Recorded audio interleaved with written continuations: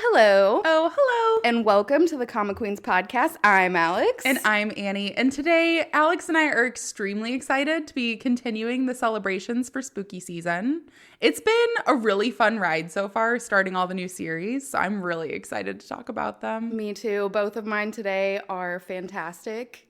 I also feel like I've gotten to branch out into some genres I'm not usually reading. Because as we know, I'm pretty much just only a romance reader. So this has been really good. Yeah. And I'm honestly really jazzed about it. Yeah, I'm very excited for you to branch out, not even just out of romance, but into some thriller.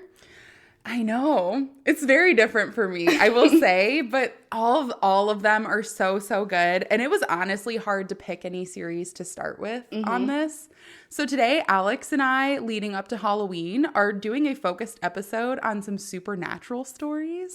So we're talking very fantasy, maybe some darker themes in there as well. And I'm just going to hop right into it. So first and foremost today, I'm going to be talking to you all about Shiloh. This story is on Webtoon with 114 episodes. It's currently end of season 2, so it will be returning, but we're just waiting for that to happen. And this one is a supernatural thriller, so very different from my whole realm of reading. So a little bit out of the comfort zone for me, but the art immediately had me hooked. It's the same artist as Nevermore. It is the same artist as Nevermore. And as like a little extra bonus content, if you have read this story, the creators have their own little author notes after every single episode. And if the story doesn't immediately have you hooked, the author notes are actually hysterical. Like I had to read them out loud to Alex to let her know that they're just as unhinged as we are. Kind of a little palate cleanser after reading a thriller episode. You get a funny ending. Yeah, exactly. Like hearing about people who are going out and buying 5 pints of ice cream after work. And I can relate to that, honestly. So today we're going to dive right into the story. It is super wonderful. The story starts out and it's in this darker setting. You see a woman named Charlotte who's working on some sort of machinery, and she gets a letter delivered to her from her brother Elijah. And you can tell from the contents of the letter, like, she's needing to meet with him about something, and you're not supposed to know what it is. She's kind of sneaking out. She runs to this secret meeting place that's noted in the letter. And instead of finding Elijah there, she finds 2 men that she has no idea who they are.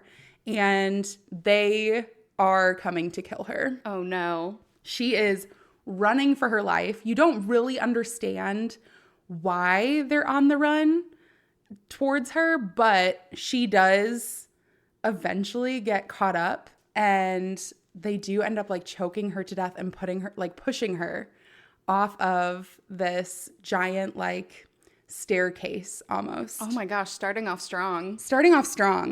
Unfortunately for the 2 killers, there are witnesses to this crime. There are a crowd of people, and so they're now on the run because everyone has seen their face. They know who's committed this crime, and so it only helps in getting that resolved later on. But 2 cops show up on the scene. They're trying to figure out what the motive is, figure out who it was that was murdered. And you find out that the woman who was murdered, her name is Charlotte Perry, she has already been pronounced dead before this. This is now the 2nd time she's reported to have died. So now their crime scene has become even more confusing because their deputy, Knox, is now telling them, you need to look into this. She's been dead before. So why has she been reported dead? What is going on? And who was the killer? And now they have even more mysteries to solve. In the meantime, the marked man, who is a wanted killer in the area, is the one who had performed the crime. And as we had mentioned, they are on the run now from the law and from all the people who had now seen them. And he's pretty easy on the eyes. So I'd be looking at him too. But you do see that in certain moments, his eyes kind of black out and have these bone crosses in them. And he has this like singed mark in his neck that also starts to glow red when he's like performing these murders. So As the cops are doing all of these different interviews with witnesses, there's one girl that seems to be a little bit skittish. She's got red hair and freckles, and she looks really young, probably like in her early teens. And she keeps asking to leave. She's making all these excuses. She's like, can I go to the bathroom? Can I go get a drink of water? I'm so thirsty. I'm hungry. I'm tired. And this lower level cop who's trying to keep her where she's at eventually loses sight of her, and she's on the run. And she's fleeing away from where she's supposed to be getting interviewed by the cops. So the two detectives who are taking this case chase after her. They go, she knows the marked man. There's no way she doesn't. It's known to us now that there's some way in which she's connected to all of this. And that's why she didn't want to stay, because there's no other reason why. You do see that the marked man is a man named Sawyer, and the man that was with him is named Ollie. He is my personal favorite. I love him so much. And as they run and basically try to rendezvous together afterwards to, I don't know, reconvene and discuss the murder and how everything went, they realize that they're missing one of their partners named Sid. And the redheaded girl that's now running away from the police is Sid. So they're kind of conflicted on whether or not they should go and find Sid. And Ollie kind of decides for the both of them that they have to meet up and finish their business. You had seen that Sawyer took this red handkerchief that was around Charlotte's throat after he murdered her. And they go and meet up with this other man, Shane. And you realize they're all kind of in this criminal business together. And these are all planned murders. They're basically contracted killers that are doing this because that's what's expected of them and requested of them. So they kill without question. And you see them take this handkerchief to a scarecrow hanging in the woods. It is horrifying. And as soon as they do so, you see that the spirit of Charlotte Perry is floating in front of the scarecrow and then gets consumed by the scarecrow, which then comes alive. Oh my gosh. So the scarecrow is a man named the Highwayman, and he is in control of Sawyer. I'm pretty sure there's a movie called The Highwayman. I don't know. I'm going to have to look that up. I've never seen it, but it sounds familiar. It sounds like something you would know about. But my spooked out ass would definitely not be seeking that out. But the Highwayman, or the scarecrow, is the creature or demon that holds all the control over Sawyer. So when his eyes go black, they match the scarecrow's. And that mark on him means that the Highwayman at any time could take Sawyer's life. You don't know how they got in this predicament yet, but it doesn't seem like a great deal. And Sawyer seems to be the only one out of the three that is kind of a pawn for the Highwayman. But the Highwayman kind of goes back to a dormant state, and Sawyer and Ollie decide, okay, now we have to go find Sid. She's out there by herself. We can't leave her for dead. And if they're already looking for us, if they find her, they're going to end up looking for her too. And that would just be disastrous. So Sawyer, Ollie, and their other partner named Shane, they all decide to go out and look for her in the Sticks, which is this underground area of the world where monsters and demons just run amok and do whatever they'd like. And it's especially dangerous to go out at night. However, Sid has grown up in these lower lands, and so that is exactly where she's leading these detectives to. They end up catching up to her, and the lead detective, her name is Chloe Callahan, she immediately handcuffs herself to Sid and says, "You're going to show us where the marked man is." And Chloe's partner, whose name is Cliff Barrett, he is not very enthusiastic about this plan. He doesn't want to go in the lower lands. He already knows, as a somewhat seasoned veteran, that it's not somewhere that you want to be. It's kind of a death wish to be going there in the first place. And Chloe doesn't really care. She has her own agenda. She decided to come to this enforcement group because she had worked in a different area of the law, and realized how corrupt it was. And so she wanted to start at the front lines where she goes, I can make a difference in making sure the right people get arrested and the wrong people don't, because she has this agenda towards it.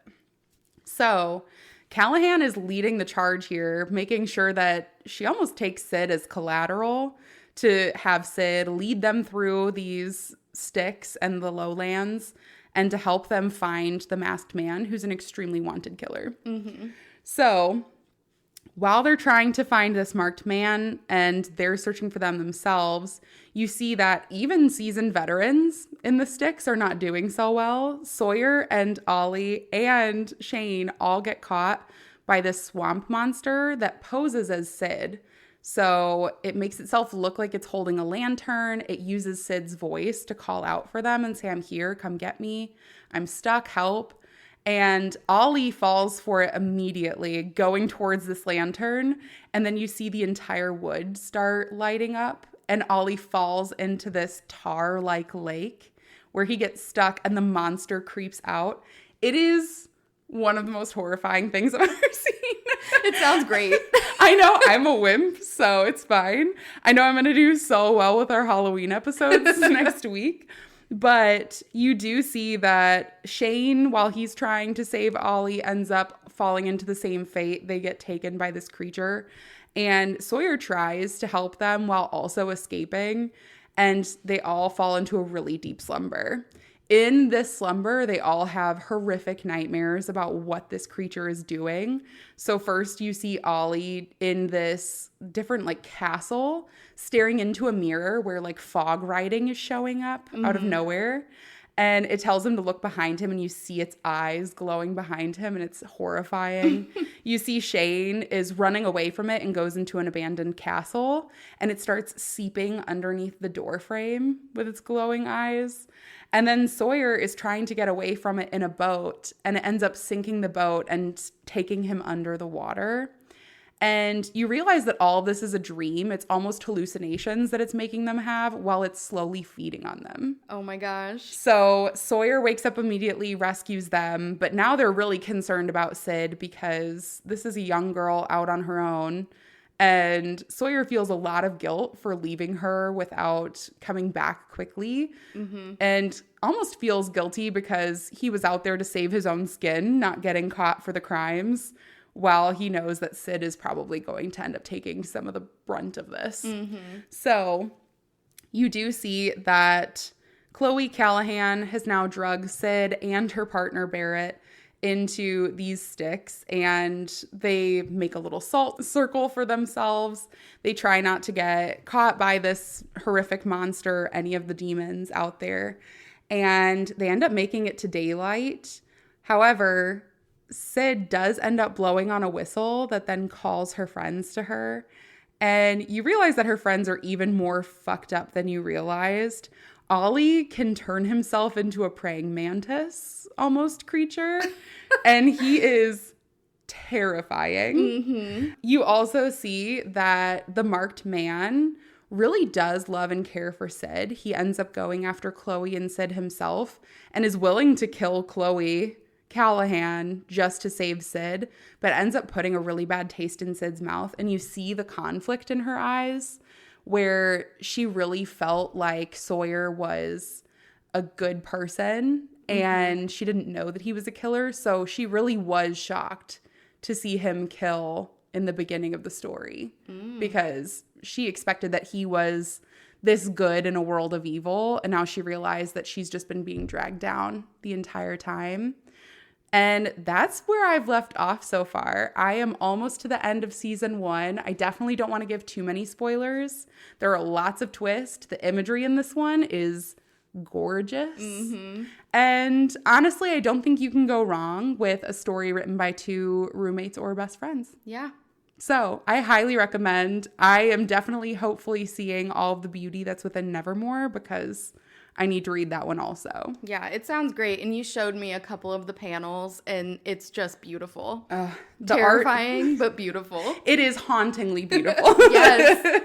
But I will say, this is a great one to read. It goes by so quickly. The episodes are pretty hefty, but it's a page turner. Yeah. I had to keep going the entire time. So highly recommend. Oh my gosh. Well, I also have one that is hauntingly beautiful for you. I'm all about it. This one's called 23-4. It's a supernatural. It's on Webtoon. There are 23 episodes, and it's currently on hiatus. So pretty easy to catch up on for this one. This one is about the angels of death. So we're starting off strong. We see them right away. They're in the underworld. There are 3 angels of death that we're following around right now. Eden, Hiroki, and Lillian. They're pretty young. They look like they're still in school. They look like high schoolers, I would say. School to be angels of death? No, so let me just build the world for you. Okay. So there are humans. Everything is, like we would be normal humans. But there's like an entire angel world, a whole society, and they do not die. They just live forever. And Eden, Hiroki, and Lillian have been marked as angels of death. So you could be other things. Eden's mother is an angel of education. Eden is in a competition that he doesn't want to be in, but he's in it because his parents are making him be in this music competition to be the angel of music. Aww. And so there's lots of things you can be. There's a whole court. Like, it's just an entire world in itself. So sometimes you're marked to be a specific thing. Other times you are brought in to be a specific thing. There are guardian angels, which end up being like the military. So just kind of, a little bit of society that they've got going on. And they are in the underworld, and they are hunting unrested, which are just these giant monsters running around. And they are going around with their scythes, and they slay the monsters. Once they slay the monsters, they become ghosts of children. And they tell these children, I'm going to take you home. And then they put them in these little canisters, and they send them up to heaven. So that all happens at the very beginning. And then they go back to their kind of headquarters, and we meet a couple more of the angels of death who are in power. Ivan, who's an angel of death, he's older. He's got an eye patch. He's got a purple halo instead of everyone else has white halos. They all have very unique wings and scythes. So everyone looks unique depending on their personalities. Eden has these gorgeous cherry blossoms all over his scythe, and he's got music notes all throughout his wings. And Hiroki has sun and moon patterns all through his wings. And so it's just like, whatever represents your personality comes through in your characteristics. So do they change over time? Yes, they do. Because when you're little, your wings are always just white, plain wings. And as you get older, they can change. That's so cool. It's beautiful. The imagery is just gorgeous. Like, same as your story. There's skulls. So when they go up to these children, they look like skeletons. Just complete skeletons. It's terrifying. It is a little scary at first. But then they take off the mask, and Eden is like, don't worry, it's just a costume. And he takes it off, and he looks like a man. So they're hunting these unrested. They go back to their headquarters. They meet up with Ivan and Amaliel. And Amaliel is an angel of death and also an angel of sleep. And she's kind of running the angels of death. So she's their manager. Is it sleep like a long sleep? I don't know. It's not really said. That's just her title. Okay. Well, you know what? I think it is dream sleep. Okay. So, yeah, I'm pretty sure it's dream sleep. Like, so it's not just like a nice way of saying like sleep forever? No, it's not. It's like she can control people's dreams. So, yeah, that's the kind of sleep it is. Gotcha. So they go back. They're kind of complaining. They're like, oh my gosh, work is so hard. And I'm exhausted. We've been working all night. I just want to go home and rest. And Amaliel is like, these brats don't know what they're talking about. They haven't dealt with the stuff that we've dealt with. And Ivan is kind of telling her, they're young. this is their first job, like you need to give them a break. And so they have this animosity to them right away, but you know that they've worked together for a long time. Mm-hmm. So it's just a difference of opinions on how they should be treating these kind of younger angels of death. I feel like that's real. Yeah, pretty much. Yeah. So they're getting ready to go home. Their shift is over, so they come into work as needed. They basically get a call on their phone, and then they have to come report to work, and they go out into the underworld whenever they're needed. They're on-call angels of death. They're on call. Can you imagine being on call all the time? I mean, a little bit. I said that, and I was like, oh yeah, you can. I lived that life. So they're all getting ready to go home. Amaliel holds Eden back and tells him, you're going to start training someone. We have a new recruit. The new recruit is named Celestino. Mm-hmm. And Eden knows who Celestino is because he's also in the music competition. He's the number one guy. Music rivalry. Yeah. But Eden doesn't care. He wants to drop out. I feel like a rock competition coming on. Like maybe like a rap battle. I'll let you hold that wish. I'll just hold that close to the heart. Yeah. So Celestino is in this Angel of Music tournament. He's the number one person in it right now. So there are a couple of others who are kind of at the top, and Eden is nowhere near the top because, again, he doesn't care. Doesn't want to do it. Then we go to Celestino, and this is where the Angel of Sleep comes into play because Amaliel has been invading Celestino's dreams for a while and giving him dreams of these unrested to kind of get him used to being an angel of death. Is that part of the training regimen? It's an unconventional method that hasn't been used before. She's testing it out. You'll see she's doing a lot of testing with his training that others are not too fond of. Yeah, this sounds a little experimental. This is experimental. And it kind of is odd because this is how she starts off. And then you see Celestino wakes up from this dream and he is doing some intense training with his dad, Isandro. And he is a guardian angel. Mm-hmm. So he's in the military. He's preparing Celestino to also be a guardian angel. And Celestino is like, I don't need to prepare to be a guardian angel. Mm-hmm. I'm going to be an angel of music. And Isandro is like, okay, yes, but this is a backup plan. You might not, because only one person can be the guardian of music or the angel of music.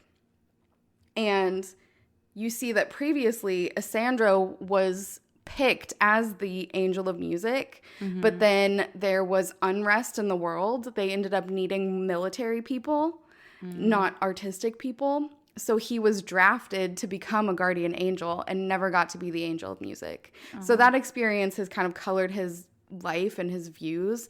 And so that's why he's training Celestino very hard. They go on a lot of runs. They're sparring. He has to eat very regimented food, just preparing to be a guardian angel because that's what he thinks he's going to be. Then we see that we kind of cut to Eden after this. You see that he misses almost all of his classes just because he's working, and then he goes home to sleep, and then he goes back to work. He doesn't have time. Mm-hmm. So he keeps up with people just enough to where he's still in class, but he's not actually there. And he realizes that he's been gone for like 6 weeks at this point. He's like, oh crap, I haven't been to class in a long time. I need to start reaching out to people. We've all been there. Unfortunately, I have. Me too. Hey, listeners, don't do that. Don't do that. That was a bad life decision. Yeah.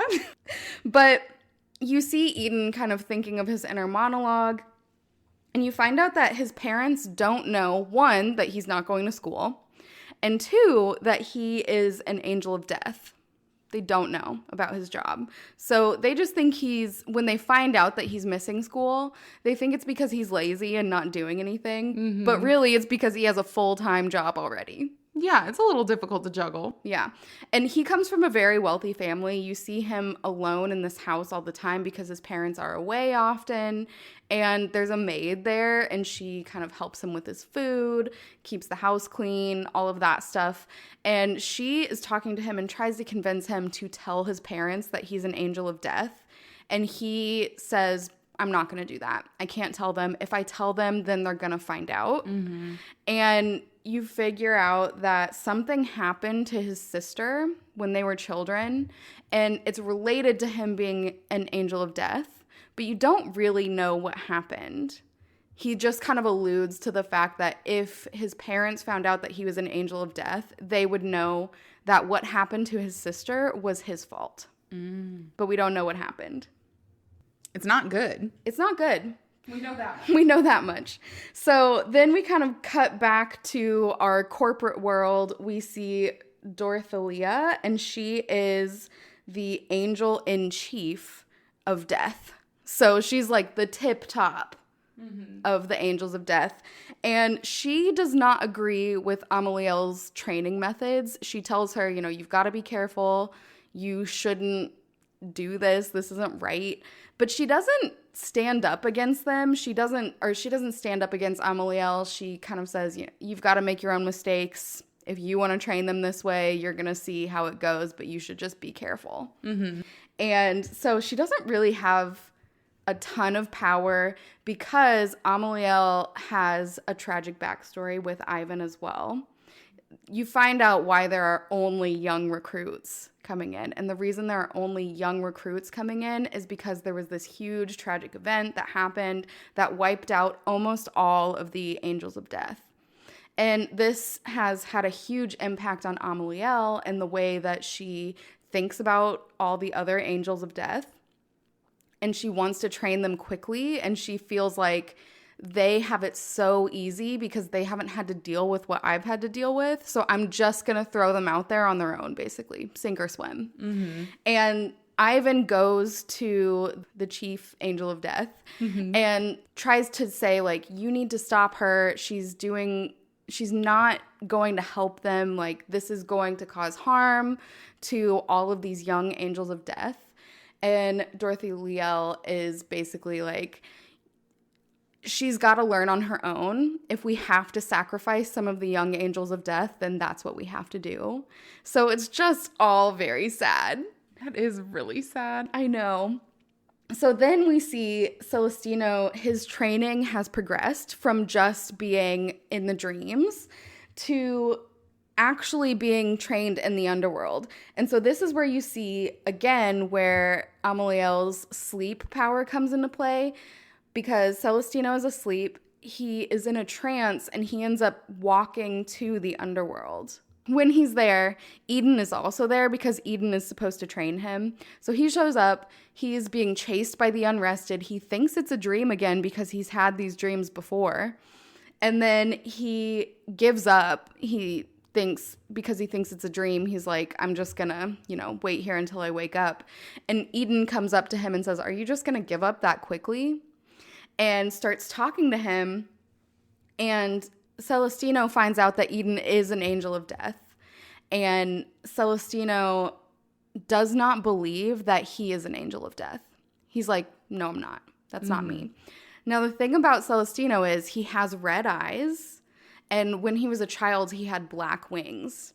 So he was bullied all through school because people thought that he was a tainted angel, and you don't really know what that means either, but you don't want to be a tainted angel. People treat you poorly, and the signs that they thought that he was a tainted angel were because he had red eyes and black wings.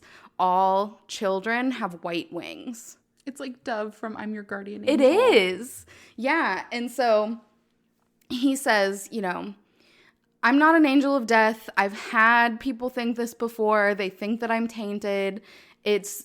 I was just born with these red eyes and these black wings. It has nothing to do with that. Mm-hmm. And Eden tells him, okay, you need to summon your augment. And your augment is a piece of your soul that you keep with you that manifests itself into whatever you're going to be. So like whatever your angel role is, your augment manifests as that, as something that's helpful to that. Like the military people have guns or swords or different things that help with combat. And angels of death always have scythes. So Celestino is like, I haven't manifested it yet, and it's not going to be a scythe. So that's that. And Eden kind of is like, okay, whatever. I'm not dealing with your bullshit, and flies away and just leaves him there to deal with the unrested on his own. And Celestino kind of quickly realizes, oh my gosh, I can't deal with this unrested on my own. So he starts chasing after Eden, and he admits to Eden he doesn't know how to manifest his augment. And so Eden kind of helps him. He manifests it, and it is a scythe, which is proof that he's an angel of death, but Celestino is still not buying it. And he ends up attacking the unrested. Then you see it's like a really, really powerful attack. And Eden is kind of surprised. He's like, wow, this is a very strong level of attack for someone who doesn't even realize that they're attacking someone and is in training. So when he does this, the unrested becomes a child. And Eden does the same thing again, comforts the child, gets them to go into the canister to take them to heaven. And he explains to Celestino that the unrested are souls that have been in the underworld for too long and haven't moved on to heaven. They become these unrested monsters until they are taken to heaven. So then we cut to Eden's mom. And like I said before, she is the angel of education. She is pissed that he's missing school, so she calls Eden to talk to him and says that she's going to start checking in on him more, making sure that he's attending all his classes and making sure that he's doing everything he's supposed to be doing for this music competition. So it's just added on stress for him because he's still got a full-time job to go to. Yeah. And he's training someone, and now he has to worry about this music competition. So he's just getting super, super stressed. And so then we kind of cut to their current assignment. Like, as that's happening, they get called into work again. So the three go back, Eden, Lillian, and Hiroki. They all have to go into the underworld. There are a ton of unrested, so they kind of divide and conquer. Eden and Lillian go to the group where there are more, and Hiroki goes to the group where there are less, but he's going by himself. So they all agree to meet back up at this rock at the end. And so they make their way through all of these unrested. They're dealing with all the souls. Eden and Lillian go back and they wait and they sit on this rock. Hiroki is having some issues though, because he's not really a people person. So he's having some troubles when he slays the unrested and the child's soul is there. He's having issues like communicating with the child and comforting them to get them into the canister. So he's just not like a child person. Yeah, probably. So he's trying to say, he's still got his mask on. He looks like a full skeleton. And he's telling the child who is scared of him and trying to run away, like, don't be scared. It's okay. I'm here to help you. And start just chasing after him. And the child is like, oh my gosh, just trying to run away. And they have a boundary that they have to stay in. The child runs out of this boundary. He's become an unrested again because if they stay without being transported, then they become the unrested again. Hiroki is eyes set on this mission. He doesn't pay attention to the boundary. He ends up going out. And then Eden and Lillian have to go and find him. They end up getting this last soul, and they're getting ready to leave. When they do, they see there's one more unrested, and it's huge. It's bigger than any unrested they've ever seen before. So Eden instantly tries to go and attack it right away, and the unrested stabs him through the chest. So he's taken down almost immediately. Hiroki goes in next, and with Lillian trying to distract, and Hiroki ends up losing his arm and one of his wings. So they're both really hurt. Lillian is like, I don't know what to do now. Both of my companions are injured. I'm by myself against this huge unrested. I don't know what to do. And Ivan is tracking them. He watches them back from the headquarters and sees that all of this is going on. So he goes to the underworld and ends up killing this unrested and saving them. You find out that Ivan used to be a doctor before he was an angel of death. So he's able to save Eden and save Hiroki. Hiroki's arm and wing will grow back, you find out once they're back in the hospital. So you don't have to worry too much about him. Eden is recovering as well, so they're both just recovering right now. So when they go back, they're talking to Amaliel and Dorothea and Ivan. And they're saying, this was a huge unrested. We've never seen anything like this before. And they kind of get a little knocked down because they're told that it was a really weak unrested from outside of their boundary. And they're like, no, it was so not weak. It was huge. And they were like, yeah, it's just because you guys aren't allowed to go and see the really big unrested. That one wasn't that bad. And because they're brand new, they're children. Yeah. So you find out that the reason it was bigger and stronger is because it was an adult. The area that they're in is all children. So it was never said before, but all of the souls that you saw were children. And so they are not equipped to deal with the adult unrested because they're much stronger than they are. And there is the River of Styx, which is Greek mythology. And the adult unrested stay on one side.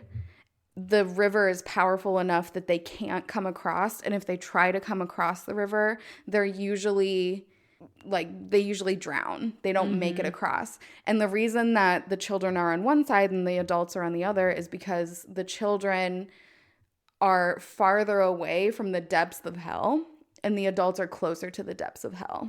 So that's kind of determines your location, determines where they are fighting back. Styx is kind of that boundary. Yeah, it is. So this one just happened to get across the river, and they're kind of surprised because they said it was a weak adult. So they don't know how this adult that was not very strong ended up making it across the river and surviving. So that's kind of a mystery that they need to solve.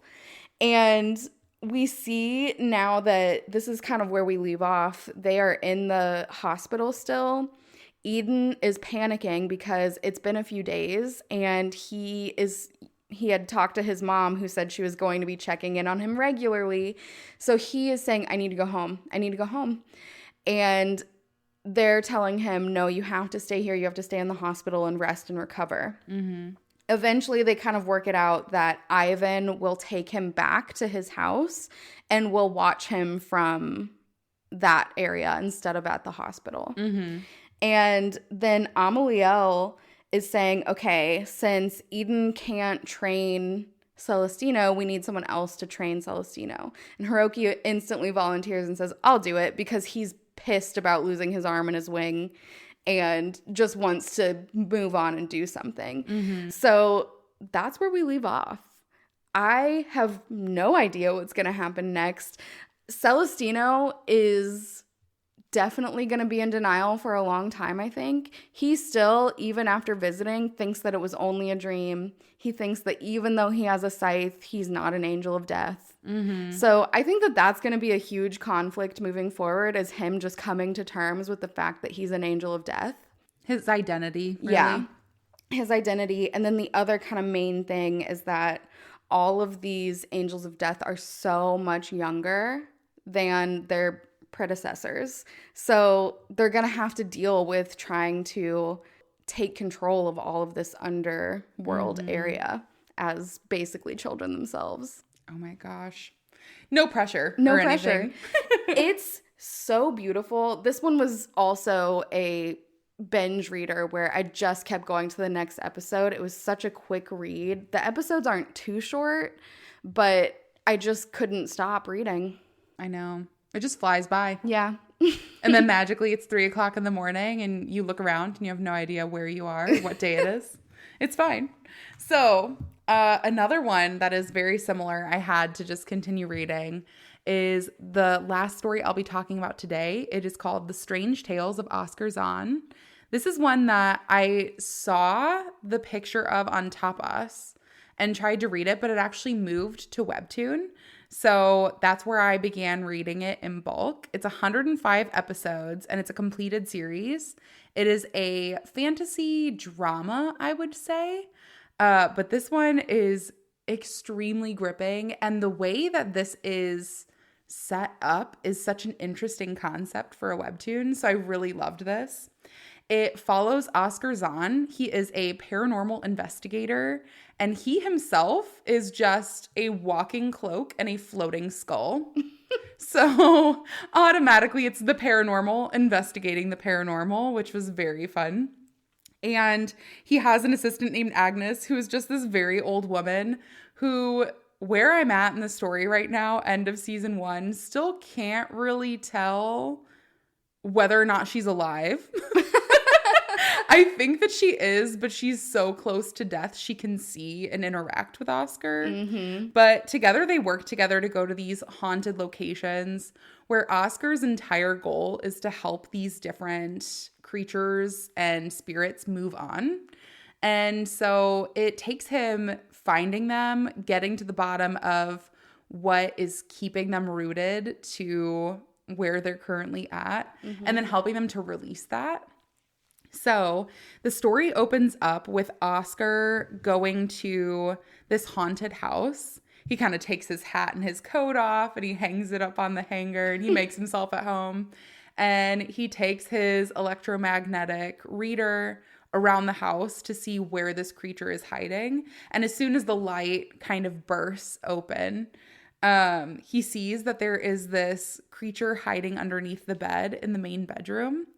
And he starts talking to it really familiar, and all of a sudden, the creature comes out from under the bed, and it is a giant baby centipede. Oh, no. So it's a baby, but with a bunch of different arms. No. Yeah. Yes, it is. And Oscar has a very similar reaction to you. He almost throws a flashbang to scare it, and he himself flies out of the window. But he does end up making contact again with the creature. And in doing so, he can see that this lost spirit is actually a stillborn child of the parents that owned the home. And it's just grown bigger and bigger from all of the sorrow that it held in. And Oscar has this really touching conversation with the baby about how all the baby ever knew was suffering, because in that baby's loss, it just watched its parents, you know, crying and just torn apart and heartbroken. And so it's the only emotions it ever really knew or learned from the parents. And so he helps to talk through with that infant spirit that it really needs to let go of the suffering and move forward.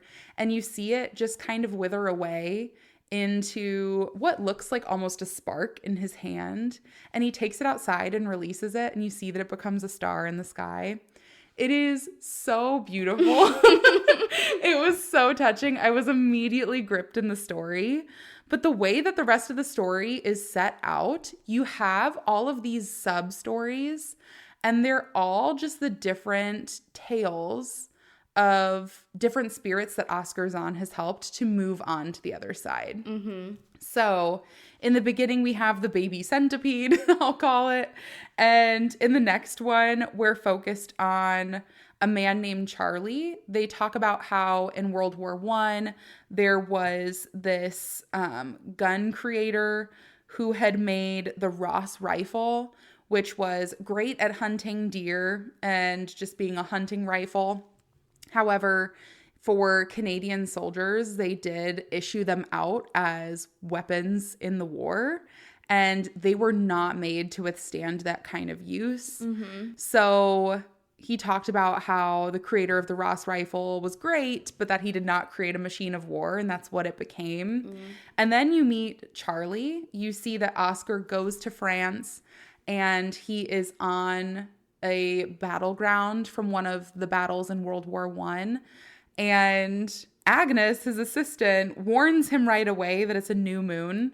So the veil between the paranormal world and the human world is at its thinnest. And so she warns him to be careful. And he says, no, this just means it's an opportunity for me to meet as many spirits as possible. Bad idea. Right off the bat, huge flag. But Oscar does immediately run into Charlie. He is extremely lovable. You see that he was a soldier in World War I, and you don't quite know what happened to him. He's bandaged up on the head, and he's running around with Oscar, who he sees as a human. And he believes that he's still in the war. So he's taking Oscar around. He says, if we go back to this base, we'll be able to find all the different soldiers that I was working with. You know, there was this tank and it ran me over, but I'm still alive. Isn't that amazing? And you see that all of these spirits of the different soldiers are just lingering around from both sides. All of the German soldiers that were there that they had been fighting, everybody. And so Charlie's having a really hard time coming to terms with what his current situation is, the fact that he's not alive anymore. And it ends up taking his sister's ghost appearing on the field and saying, I've missed you and I can't tell you what's going on. You need to find that out for yourself. But when you do, come back to me. And you see that all of these horrific creatures start showing up in the field. He immediately takes his Ross rifle. He's shooting at all of them. And he seems to get the better of them, but Oscar is immediately absorbed by one of them. It just kind of envelops him and then takes him away. So Charlie's left entirely to himself. He ends up getting knocked out by one of these creatures that shows up on the battlefield. And then he remembers everything. Unfortunately, Charlie had passed away from a self-inflicted wound because the Ross rifle was known for backfiring. And so it was his own bullet from his own gun that actually went through and ended up making him meet his demise. So as Charlie has these memories, he's still reluctant to believe it all. He makes it back to the church and sees all of the ghosts of his comrades. And he's just so confused, but eventually realizes that he needs to own what these fears are that are keeping him there. And that as soon as he comes to terms with what happened, the sooner he can move forward. He ends up helping Oscar by taking this bell from the bell tower of the church and plunging it onto the monster that's taken Oscar hostage. And you see Oscar kind of lose control a bit. He ends up having this monster that they call the octopus come out of him. It looks like a giant octopus of glowing blue energy, but it is drawn to all of these ghosts and spirits, and it feeds on their energy. So as Charlie is trying to defeat all of these terrible monsters, he frees Oscar enough that the octopus kind of takes control, and it ends up absorbing all of the terrible monsters around them and allowing Charlie the space to process what he had been through, meet back up with his sister's ghost, and then go to move forward. It's a very beautiful scene, but you realize in this story that Oscar doesn't have very much control over this creature that just takes over him. He describes it as almost a parasite. So he says that he's the host. He keeps it at bay, but that sometimes it feeds on him more than it should, and he has to kind of let it feed on all of the ghosts and everything around him when they're terrible spirits, because otherwise it goes a little bit out of control. And so it's a little bit of foreshadowing for our following story, which revolves around a ship's captain named Edmund. Edmund is a ship's captain who seems to have lost his mind a little bit. He's standing at the docks with Oscar holding this radio in his arms that's playing the exact same noises over and over. It's just a bunch of beeps. And Oscar points it out. He says, "What's that song?" And he goes, "Oh, it's just the same one that always plays. Don't worry about it." But Oscar is trying to help Edmund find his closure because he's having a hard time moving forward. You find out that Edmund is alive. And so as this story goes on, you're piecing together how he knows Oscar and how Oscar is able to help him move on if he's not deceased and not a spirit. And Oscar is trying to take him to a specific site of Edmund's request for him to get closure. So Oscar summons this ghost ship that's led by 3 different hydronauts. So they have these wild like sea masks on as if they were sea divers. You know what I'm talking about? Those Is it giant, like the old bubble kind of one? Yeah. the old bubble one with the gate on it. Yeah. And he summons them, and they have to give an offering to the ghost ship in order for them to be able to go on their voyage. So Oscar offers them a shoe of somebody who had been wrongfully hanged in the 1900s. And that definitely appeases them. And the hydronauts come up to Edmund and say, "We would like your radio." And Edmund refuses to give them this radio. He is clinging to it for dear life, refuses to let go. And a few of the hydronauts get a little upset at this. They say, "You need to give an offering. You can't have your mission completed without this." And the lead hydronaut comes over and says, "It's fine. He'll give us something in due time." So they let Edmund come aboard this ship, which actually sinks and takes them into the lost parts of the sea. And Edmund is just there with almost this spectral bubble around, keeping him alive while they are seeing all of these terrifying undersea creatures. They're doing deep sea exploring, and you're still trying to piece together what it is they're looking for, where they're going, all of that.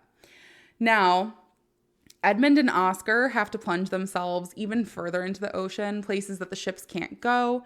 And Oscar comes up with the wonderful idea of creating this spectral powered propellant that will take him and Edmund in divers suits to where it is that they need to go. It's almost in this sinkhole or like whirlpool deep in the ocean.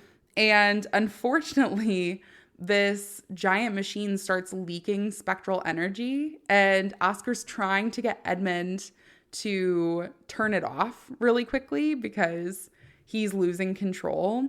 And that octopus that he lost control of previously in our story with Charlie ends up taking hold of him again, and he loses all control. Edmund is knocked unconscious, and the hydronauts rescue him. And the hydronauts end up leaving Oscar for dead, realizing that taking him with them would actually leave them in more disarray, and it would bring more turmoil because he's not in control. And so it's just not safe to have him around at that point. So they end up taking Edmund to this deserted island where they say the lighthouse keeper will take care of him. The lighthouse keeper is also a ghost. And she is a ghost who met her demise because of Oscar Zahn. Oh, no. So they say it's almost better that we're going to this lighthouse without Oscar because I don't think she'd be very happy to see him in the first place. As Edmund is knocked unconscious, you do get to see some of his backstory. And you find out that while Edmund isn't dead, he has a horrific past. His ship's mates and him had all encountered a blizzard while they were on the sea. And that song that he was hearing over and over of all the beeps on the radio was actually the same sounds he heard of a distress call from a neighboring ship that was sinking in the ocean and needed help. And he picked up the distress call and didn't go to rescue those people. So he was immediately haunted by all of those ghosts. It's the reason he could see Oscar for what he was and not as a human, because he had had such a close brush with death that it released him from seeing the veil between life and death. And he's just haunted forever by his decision to not save these wrecked shipmates. Why didn't he do it? Just fear. Like the sea was just crazy, tumultuous. He just couldn't get a grip on his own ship. And he knew that there was a chance if they had gone all the way out there to save the boat, that he and his crewmates wouldn't have made it back either. So he was just forever haunted by the decision of not going out to save them. They do end up making it to the lighthouse, and Edmund does recover. And as the Hydronauts are taking him to the lighthouse maid, her name is Nora, they do tell her that Oscar's not with them because Oscar has, lost all control of the octopus that had taken over him. And Nora says good riddance, but you see her looking out into the distance, almost forlorn. And you can tell that they have this extremely complicated relationship from there. That is almost the end of the part 1 of the series. And that's about where I read up to. It is so good. The art is very painterly style. And the concepts in general just kept me gripped the entire time. It's almost like short form comic because you get all of these short stories in between. But they do all link together to give you more insight into Oscar as a character. Yeah. And I do love that you get all of the background stories for everybody. I was just gripped to every single character, and I loved every single second of it. Oh my gosh, that sounds great. I do love one that is kind of almost episodic like that. Yeah, it was so beautiful. Every single story, I loved it. And I'm really excited to see where all of them go. And I definitely want more information on Oscar because you see this parasitic relationship with the octopus. And you have this overarching mystery of trying to loop together what happened to Oscar Zahn to put him in this place.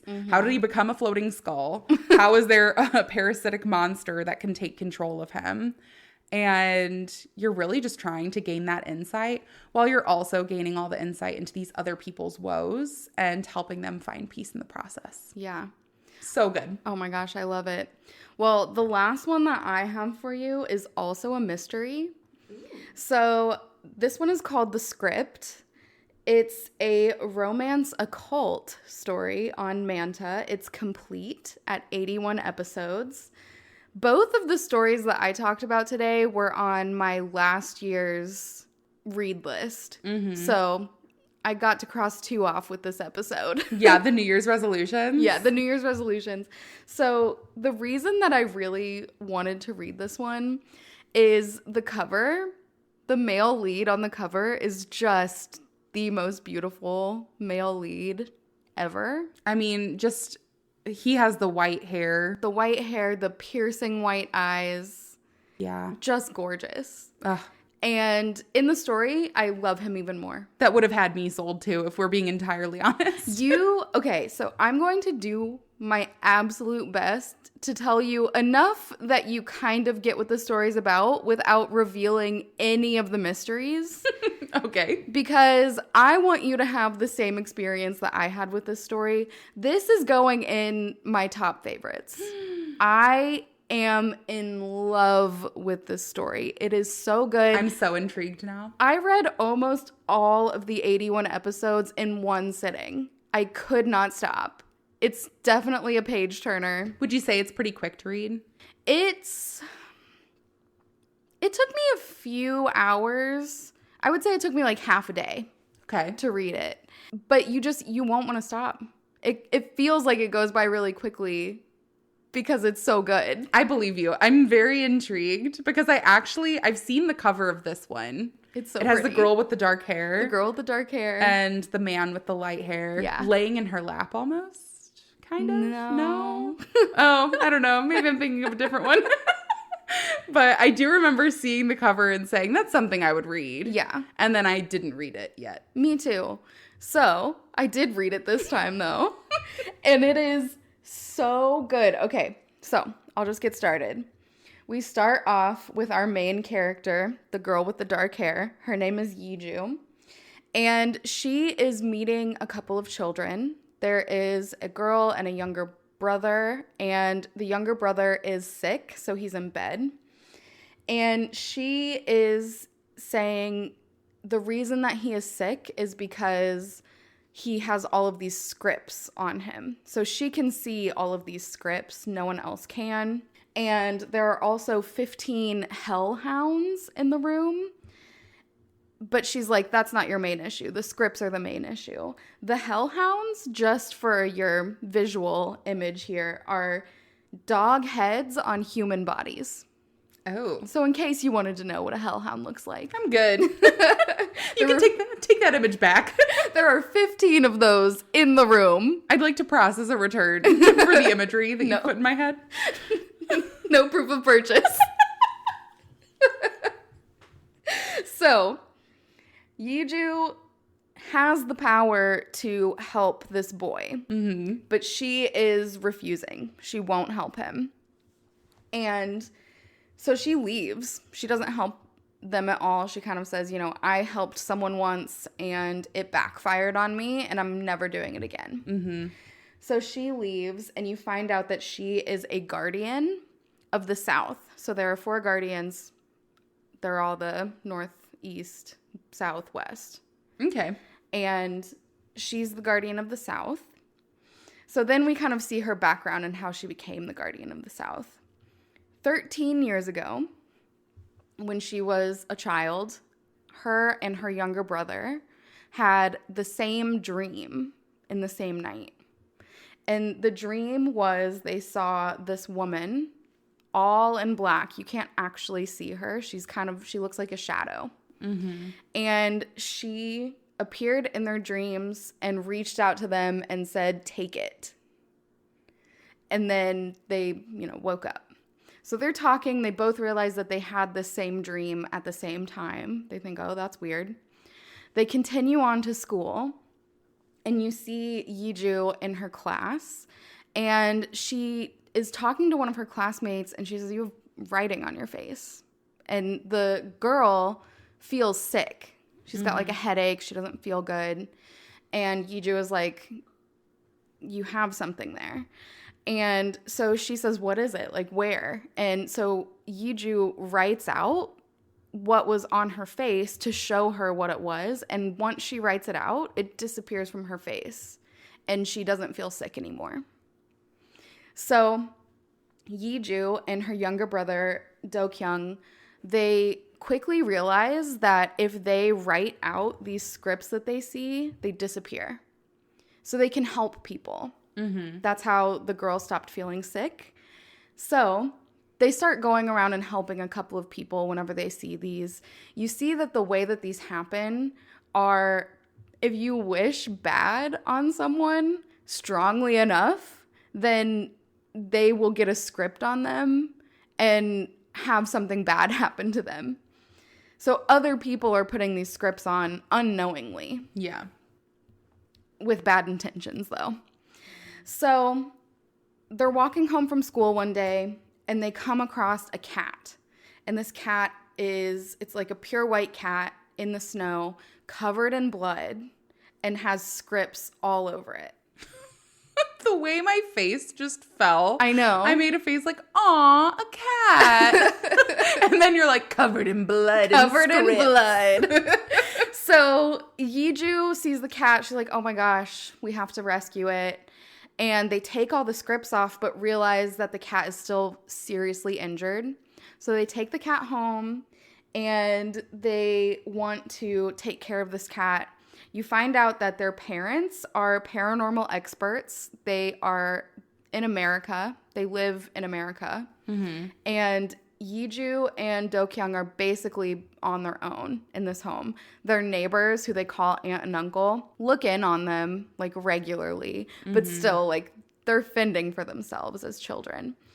So they end up they tell the aunt and uncle that they found this cat. It's badly injured. They need to take it. They take it to the vet, and the vet says, this is not a cat. It's in the feline family, but we don't know what it is. So, well, that's a plot twist I didn't see. So, this cat, not a cat. Not a cat. So they take the cat home. They heal it up. It's got bandages all over. It's recovering. It stays with them for a month.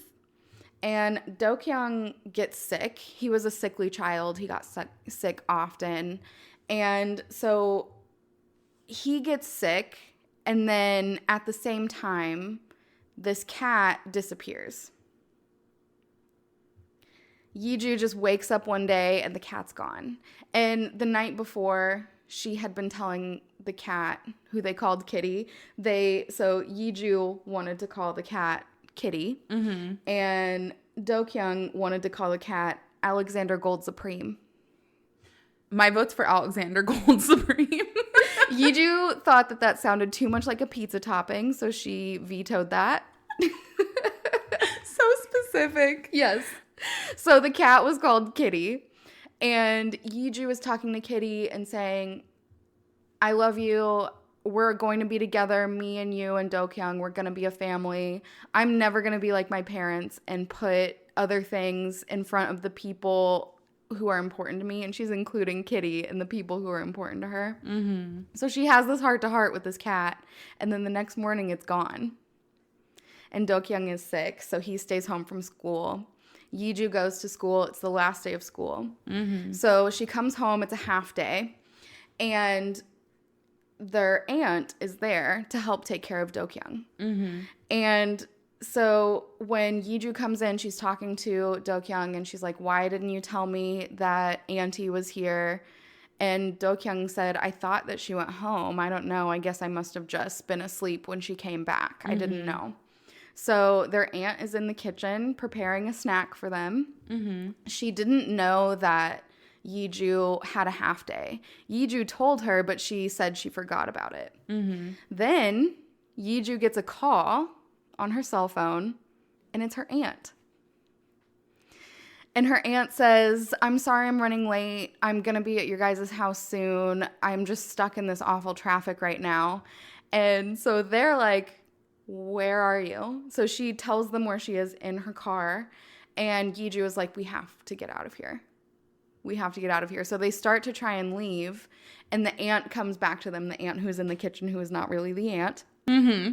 And she had a fake appearance on. She was able to kind of mimic the aunt's appearance. And so she takes that away. And it turns out that she is a shaman.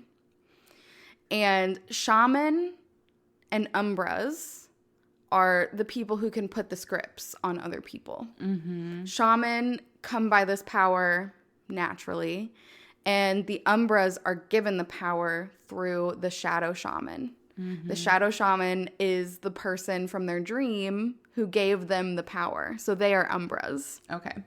So the shaman tells them, you have messed with my scripts, and now I'm going to curse you.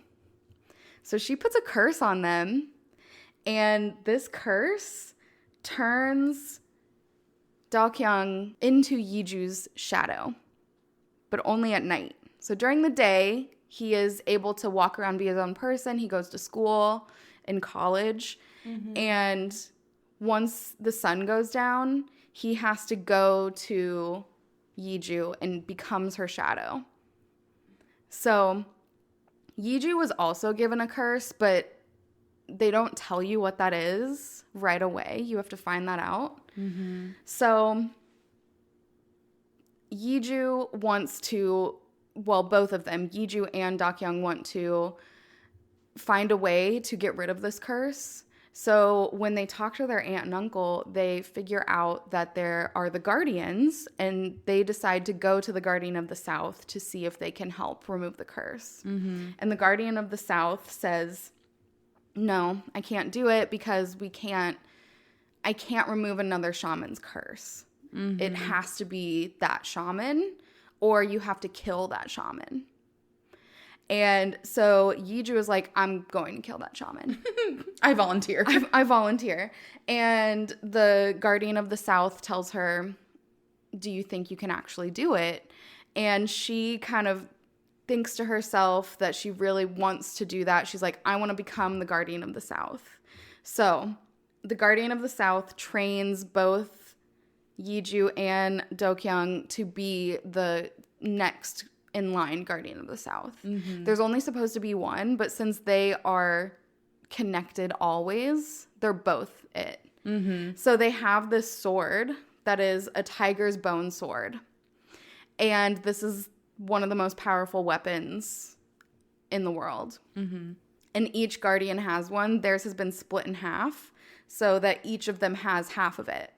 So it's a shorter sword, but They each have one. They each have one. You also see that they share the guardian symbol. Like when you're a guardian, you have flames in your eye, and it's the script of the guardian that says that you're the guardian. And they split it so they each have one in one eye only. It looks really cool. So then Yiju is going around all of these places. She's trying to hunt down this shaman who cursed her because she wants to kill the shaman still.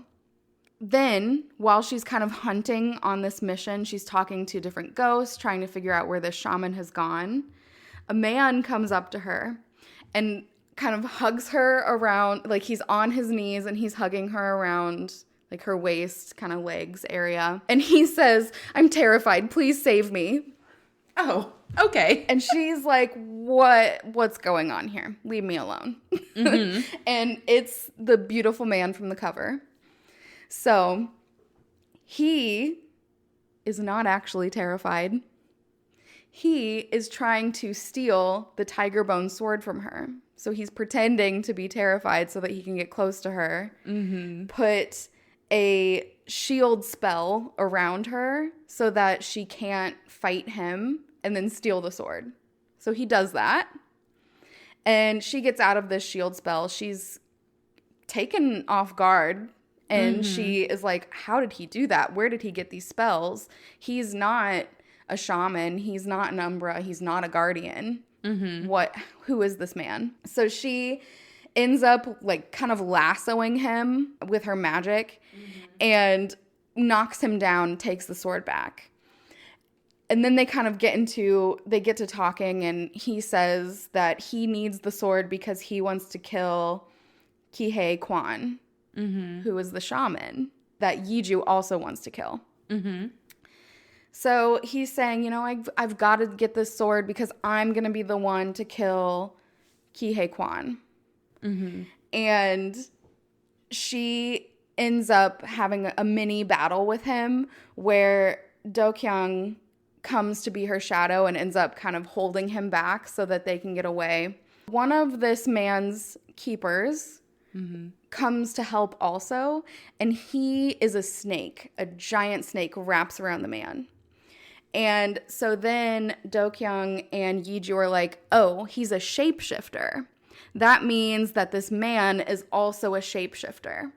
So they find that out, and they're trying to figure out what kind of shapeshifter he is. Each of the guardians have a shapeshifter that helps them protect their respective mountains that they guard. The shapeshifter of the south is an owl, and they have all left. They did not agree with the guardian of the south giving the reign over to Yiju and Do-kyung, so once they became into power, all of them left. So they don't have a very good opinion of the shapeshifters, and they're trying to figure out who he is. They figure out that he is in the Tiger clan, which is a very powerful clan. So they kind of go their separate ways. The guy who is a snake is like, I'm so sorry. Please forgive him. He doesn't know what he's doing. I don't know why he's trying to steal this sword, and please forgive us. And so then, they go their separate ways. Nice little bow out. Nice little just like, please don't take it out on us, because she's pretty powerful as well, being the guardian of the south. Then we go back to the mountain, and we see there is a girl up there. Her name is Meringue. And Yiju goes back up the mountain. After this experience, she's like, I feel like he's going to come back. Oh, I forgot to, when they first run into each other and they're having this kind of argument, he pulls her down into his lap and is trying to get this sword from her still. And he says, have we met before? Why do you look so beautiful to me? And so then he's also asking to trade information on the shaman for the sword. So he's a player. Yeah. You know what? I'd play. Me too. He's so beautiful. He's like, I want to play hardball. And I'm like, I want to play. Okay. So she goes back up to the mountain. Mirang is there. She's a chipmunk shapeshifter. Aww. She's super cute. And Yiju says, if you see anyone on the mountain that you don't know, don't bring them up to our house and contact me immediately. So then we kind of get a nice little history lesson. Mm-hmm. And this is about how the shadow shaman became the shadow shaman. So you find out that she used to be a regular shaman, and she worked with another shaman called Gyampa. Mm-hmm. And Gyampa was her mentor and was training her. And she became very arrogant and very attached to her body and her belongings and thinking that she was better than everyone else. Mm-hmm. And because of that, she was stripped of her body and her powers and everything and became just a shadow. And so then she wants to repent for this. She's like, please let me have my body back. Let me become a person again. Mm-hmm. And she goes to Gyampa and says, how do I do this? And Gyampa tells her, you have to willingly get rid of your powers. All of them. Once you get rid of all of your power, then you'll be able to be a human again. Mm-hmm. So that's why she goes into people's dreams and gives away power. But she has so much power that she just does this for years. All the time. She goes into different people's dreams and gives them this power. So then we find out who the man is, who we don't know. His name is Hiwu, and he is the heir to the Tiger Clan. He wooed me. Sorry. So Yiju is grocery shopping, and she runs into Hiwu again, and she's like, what are you doing here? Please leave me alone. You're crazy. She calls him a lunatic a lot. He seems like a little bit of a lunatic if you just listen to him. He might be kind of into that. He might be. I think he likes it. He's a little bit of a golden retriever. Aww. Even though he's a tiger, he's a golden retriever. You know what? That also is kind of like from Taming the Tiger. Yeah. The tiger is also a golden retriever. Yeah. But he is like puppy energy level golden retriever. You're going to love him. He's great. Sounds perfect. So the reason that he runs into her in the grocery store is because he took her phone when they met last time. Gosh. So he's like, oh, I have your phone. I wanted to give it back to you. And he ends up giving it back. He also put his number in and took her number. But he did that without her knowing. Mm-hmm. And he buys her a bunch of curry and meat to take back to her house where she lives with Mirang and her brother Do-kyung and a ghost named Gyamwook. And they're kind of the people who guard this mountain. Everyone else has left because Yiju doesn't do her duties as the guardian. She's supposed to protect the mountain. She's supposed to be healing people. You saw in the beginning that she doesn't do that. Mm-hmm. And you don't know why. And she isn't supposed to do a sword dance to kind of talk to the mountain, and she never does. So she has neglected her duties for like 5 years. They've been in power for 5 years. So she's never done it. I could see why the other people are a little mad then. Yeah. If she's not doing what she's supposed to. Yeah. Well, the only reason that she wanted to be the guardian of the South is because she wanted to find the shaman who cursed her and her brother to kill the shaman. Yeah. So she doesn't care about any of the rest of the stuff. Lame. Yeah. Also, she was pretty young when she took over. Yeah. So she just doesn't have the foresight to think about anything else. She just sees what's directly in front of her. Then Hiwu asks Yiju to go to get coffee. So they end up going to get coffee. He says that he wants to get to know her. He wants her to get to know him so that they can be friends and hang out. And then once they're good and friends, then he's going to ask for that sword and she's going to give it up because they're friends now. So it's all right. He just laid it all out there, huh? He really did. He says that he's making a move on her. He's very upfront with all of his intentions. He's like, I'm making a move on you. And she goes, yeah, I figured that out 2 conversations ago, sir. Yeah, pretty much.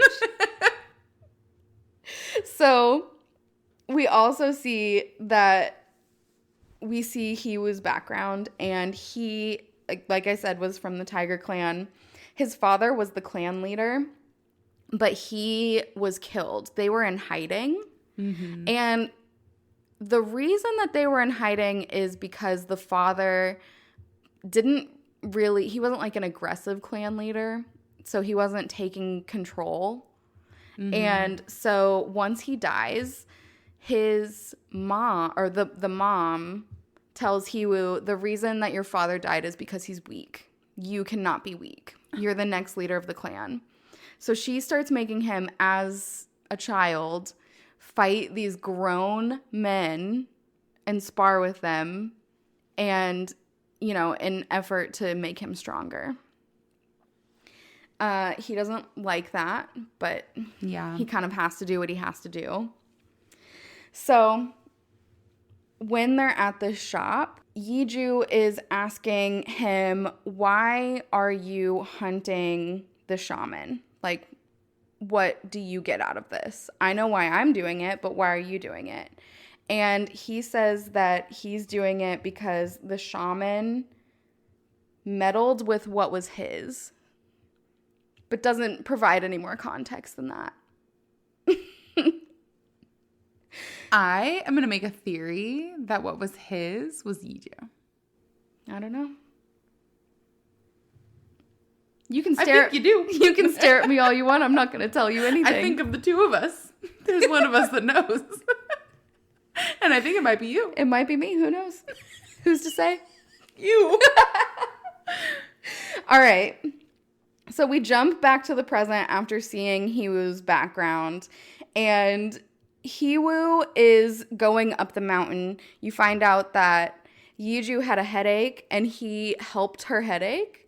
But in doing so, he put a tracker on her. His power is to take someone's pain. But when he does that, it automatically puts like a trace so that he could find her. It wears off after a while, but he did this and was able to find where she lives from this. And so he goes to the mountain while Yeju is going to pick up her brother from school. And he runs into Meringue. And Meringue is talking to him, and you see her kind of inner monologue, and she's thinking, okay, I know that I was told not to talk to any of the strangers and not to lead them up the mountain, but Hiwoo says, oh, did you enjoy the curry and the meat that I bought for you? I'm here to see Yeju. I need to talk to her. And Meringue thinks, oh, if he bought us all that food, he must be her friend. So I'm going to take him up the mountain. And so they're talking, and she says, well, why don't you just come in and wait inside? Because I don't know when she's going to be back. And Hiwoo is like, no, I'm just going to wait at the base of the mountain for her. So he does. He waits down there. And when Yeju gets back and she sees him, she knocks him out instantly. Takes him back up to her house and ties him up. Oh my gosh. So he ends up getting out of this. And while he's getting out of this, Yeju is off kind of evaluating, like, what she does to get money is she goes and she finds people with these scripts or who are being attacked by these hellhounds, and she figures out how to solve their problems and then asks for money in return. So she's out kind of surveying an area, a middle school that is having issues, and the principal called her in to say, can you help us out? And while she's out, Hiwoo is talking to Meringue and says, like, look, I know she's mad. I escaped. Why don't we just clean the house top to bottom, and then she won't be mad. I love it so much. The delusion. Yeah. So after he does this and Yeju comes back, Mirang tells her what happened. Like, oh, I cleaned the whole house with Hiju because he escaped, but he didn't actually escape because he's still here. He's pretending that he didn't get out. So she goes back in and he's still tied up. And Yiju is like, do you think that I wouldn't know that you escaped and got out? And Hiwoo tells her that she needs to get better ropes. They're not good enough. No ropes can tie me down. But he didn't escape. He wants to stay there. Yeah, he wants the sword. He wants the sword. So But he wants her to willingly give it to him. Yeah, because he tried to steal it and he wasn't able to. So he's like, the only way I'm going to get this sword is if she gives it to me. So I guess I'm going to try and get it from her. Guess I'll just let her tie me up. It's a win-win. Pretty much. So Yiju has to go back to the school at night when no one is there to try and figure out what's going on. And Mirang finds out that he's a tiger and she's a chipmunk, so she doesn't like felines. So she's like, you have to take him with you. He cannot stay in this house with me. He roared at me before. So Hiwoo ends up going with her. And Hiwoo keeps saying when they're on their way to the school, he keeps using her name because he didn't know her name until she inscribed it on him so that he has to obey her. And so now that he knows her name, he keeps using it in like every sentence. Just to piss her off. Just because he really, really likes her and he wanted to. Oh. And she is not having it. She's like, please stop using my name. So we've got some like puppy energy and some black cat energy. Yeah. Awesome. Yeah. It's pretty great. Yeah. Yeah. So like when she inscribed her name on him, she's like, yeah, I inscribed my name on you, so now you have to do whatever I want. He's like, really? Yay. Like, he's so excited about it.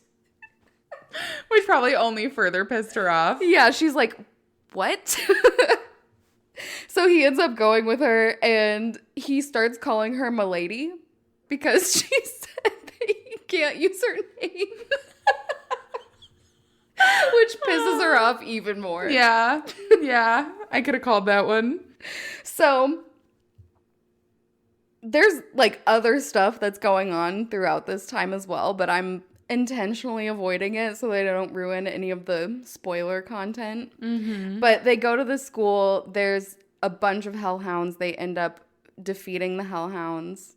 But in the process, Yiju gets hurt. Her wrist gets hurt. Mm-hmm. So when they go back to the house, Hiwoo is hovering. Like mother hen hovering over her. Mm-hmm. Won't let her even feed herself. They're all at the table and he's just spoon feeding her food. And you could just see the anger wafting off of her. Mm-hmm. And he is so happy about this. He's like, open up, like feeding her. And she's like, someone else could do this. Anyone else could do this. And, and he's like, no, you already have them cook and clean for you. They're not going to spoon feed you, too. Who do you think you are? Who do you think you are? The guardian of the South? Yeah. So he was like, if you're embarrassed to be fed in front of them, like, I'll take you into a different room and I'll feed you in there. So he does. And it's just great. They both have the same goal to kill Kihei Kwan. So they're kind of just sticking together at this point. Mm-hmm. I love this story so much. It is that black cat, golden retriever energy. She is a great character. I just love her so much. Like super grumpy sunshine. Everything to him that involves Yiju is just sunshine and roses. Aww. Anything that she does, he just has this love in his eyes look to her all the time. Mm-hmm. And well, it's because the shaman hurt what was his, which is her. I don't know. I'm sticking to it. The people will have my back. Once you read it, you can tell me if you were right or not. You know.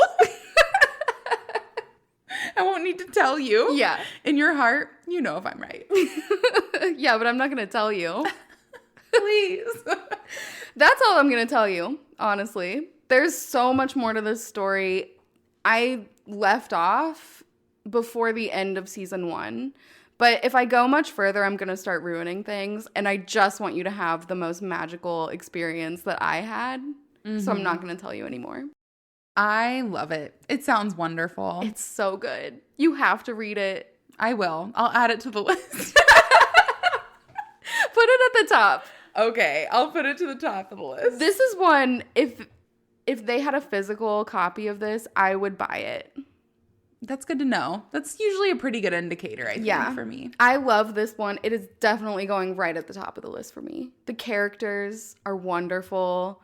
The art's gorgeous. The story is really compelling. It's just perfection. I love it.